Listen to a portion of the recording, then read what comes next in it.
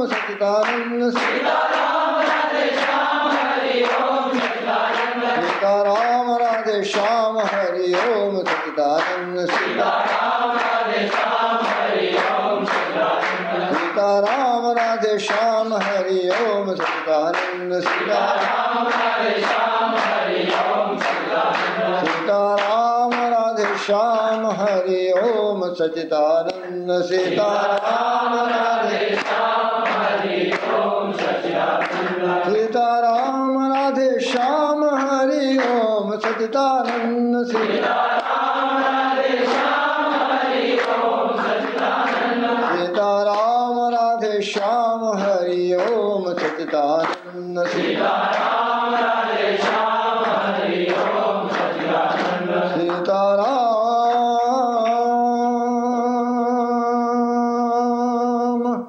राधे श्याम हरि ओम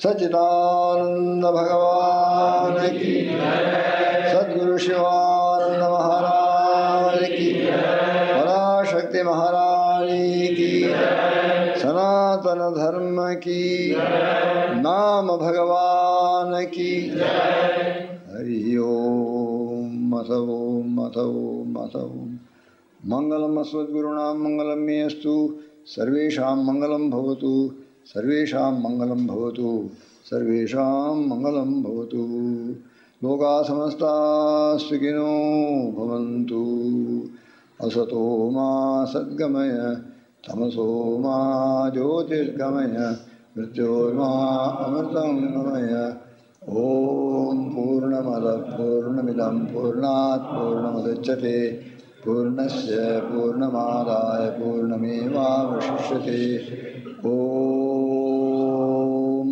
शान्ति शान्ति शान्तिः।